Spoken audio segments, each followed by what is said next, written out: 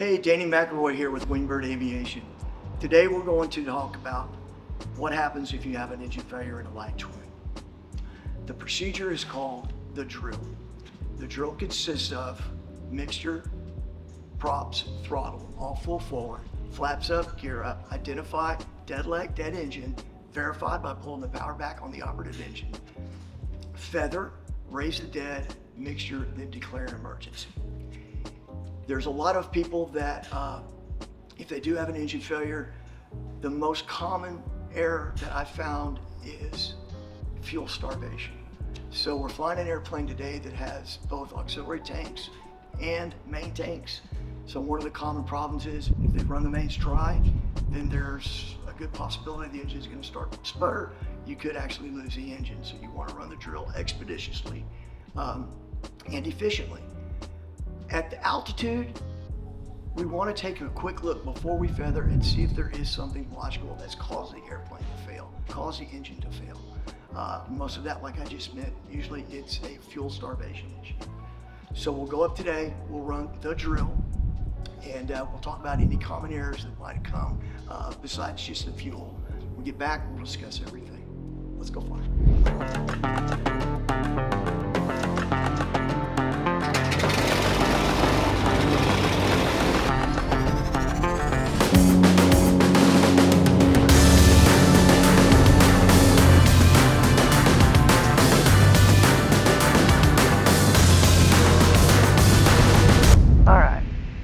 Okay, so to review, running the drill.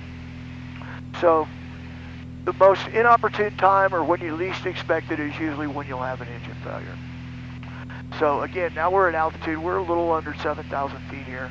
So if we did have an engine out right now, you would have a few minutes to feather it and figure out if something was a fuel starvation issue or if it was some other anomaly that's occurred that you might be able to fix before you end up having to feather. The drill again, if you do lose the engine, it's mixture, props, throttles, flaps up, gear up, will identify, verify, feather, raise a dead, mixture, declare an emergency.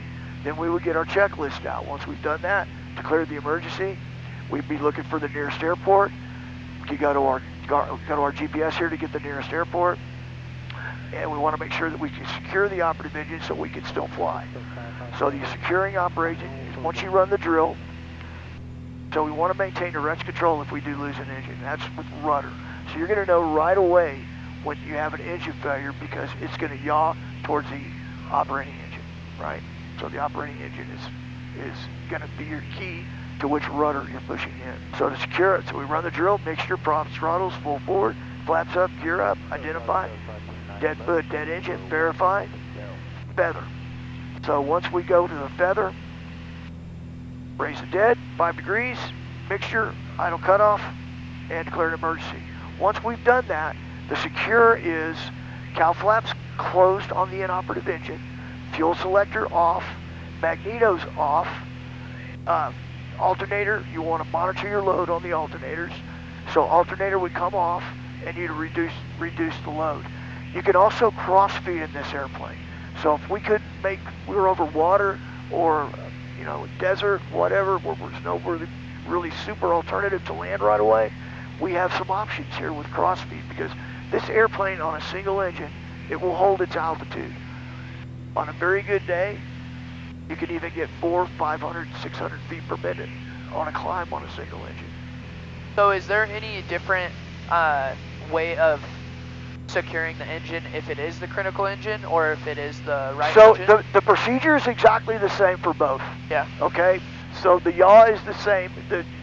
It's less of a yaw when it's the right engine, just for the simple reason of the past acronym that I explained. Right. That's the only thing that's different. Yeah, that's the only thing that's different. Now, if you're flying a Seminole or one of the planes that have counter-rotating props, you don't have a critical engine, so the procedure is the same, but you don't feel the yaw that you normally would feel when you lose a critical engine.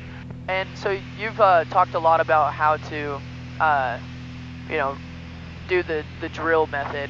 So when you talk about like a dead leg or dead engine, what is doing dead leg? Okay, so dead leg would be no rudder authority. Would be no rudder pressure. Okay. Okay, so if I'm pushing on the right engine, that means the left engine is dead. Because I don't have any rudder pressure on the left engine, that tells me that the left engine has failed. Okay. Okay? So we'll go ahead and then you have mentioned you verify by pulling the throttle back. Pulling the throttle back on the inoperative engine. If you don't hear anything, okay, so you feel that yaw? Yep. All right, so I just immediately felt it yaw to the left, and I added right rudder. Okay, so now we definitely have lost an engine. So look at my RPMs here, all right? Don't trust your gauges, trust your feel more. So we're gonna run the drill. So main thing I wanna do, I wanna maintain your wrench control, which I am. I'm on a 240 heading. I wanna maintain my airspeed, which I wanna stay above blue line. All right, blue line's a critical speed that we wanna maintain. So I'm gonna go mixture, props, throttle, set, flaps up, gear up. I'm gonna identify. I've got a dead leg on the left side. I'm gonna verify by pulling the left throttle back. There you go. And there's no change. That's good. Just gonna get rid of the horn there. All right, and now I'm going to fix or feather. So I can feather it right now, but I'm gonna look down. Okay, so maybe it was a fuel issue. It looks like right now it was a fuel issue. But for the sake of training, let's say that we couldn't troubleshoot it. At the mags will run. It's not a mag issue. It's not a fuel issue. So I'm gonna go ahead and feather the engine. So I'm gonna pull the lever back, feather. I've already raised the dead because that comes almost immediately when you feel the yaw. And I'm going to pull the mixture to complete the procedure, and now I would declare an emergency. Okay, so we've got the engine feathered, we've ran the drill, we're flying just fine, we're doing 121 knots. The airplane is holding steady, I'm maintaining my course with 240. I don't need all this power, so I'm going to pull the power back on the operating engine because again, like we talked about on the ground, what's worse than a dead engine in a light twin? We do dead engines in a light twin, right? So we'll put it down at about 18 to 20 inches of manifold pressure, and we're holding our altitude fairly well here. I'm just going to go ahead and maintain this altitude, and I'm going to get the checklist out and secure the inoperative engine. So securing the inoperative engine, I'm going to close the cow flaps. So I'm going to simulate I'm closing the cow flaps. I would flick this switch to close the cow flaps. Confirm the cow flaps were closed by the identifier light. Fuel selector to off. I'm going to turn my magnetos off. Again, I'm simulating all this. I'm going to turn my alternator off, again simulating. And then I'm going to cross feed if needed, and I'm going to monitor my load. Maybe I don't want all these batteries on. Definitely don't want to run the radar right now. That was a big zap on the electricity. But everything's good. I'm 122 knots. We're still at 6,000 feet. We're doing very, very well. Another thing that you can, that's always taught is don't turn into the dead engine. Well, if you're on an ILS and you're in the clouds and your left engine is dead and you're to the right of the course and you've got to get back onto the course because you're not going to circle around, that's not an option. So you can just let a little bit of rudder pressure out, and you can see we're having a slight bank. I've just relaxed the rudder pressure. We're making a slight turn. So I've already gone 10 degrees to the left. I'm maintaining airspeed, maintaining altitude, and now I can push that rudder back in, and look at that. Now I'm right back on the ILS course. So you can make a small turn into the dead engine by relaxing the rudder pressure and also by pulling the power back on the operating engine. You don't want to do a steep turn on your dead engine with full power. That's a recipe to go over. Right. So that's what we're trying to avoid by running the drill. This is a Baron, and what model?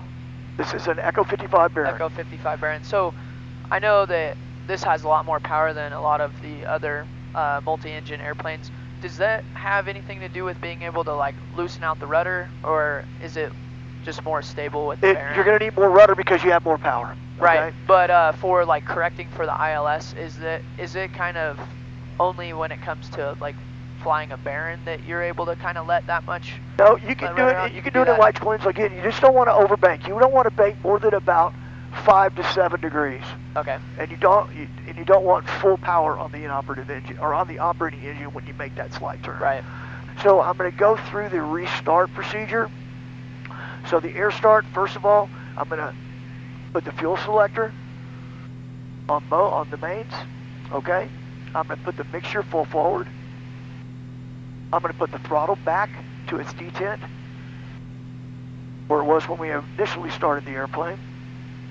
I'm going to turn, I'm going to make sure the magnetos are turned back on, and I'll put the prop handle forward, and I'm going to watch that. You can literally see the airplane go out of feather. You can see it go out of feather as I push the prop up.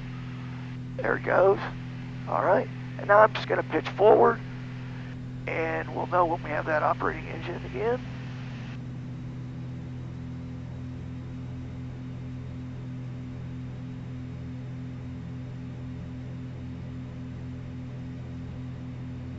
And there we go. Wow, it's There's crazy. an operating engine again. All right, so now I'm just going to sync up my manifold pressure again, and I'm going to sync up my props. And actually the props are fairly close to being in sync, because in this airplane, I know the drill says mix your props, throttles all full forward. You can actually in this airplane, if you put the props full forward, you have a really good chance when you restart it to overspeed them. So at 2,500 RPMs, the plane will restart without any problem, and you'll be able to fly the airplane safely at that RPM setting as well. Gotcha. So, but for practical purposes, if you really were in an emergency, nobody's going to fault you. Absolutely put the props full forward. All right, let's call it a day. Okay, so that was a lesson on the drill, how to secure an inoperative engine in a light twin. Hope you guys got something out of this. If you want to train with us, come and see us. We've got openings right now. Get your multi-engine add-on. Even if you're a private pilot, commercial pilot, you're looking to get your twin, your add-on, come see us, Wing Bird Aviation, wingbirdAviation.com.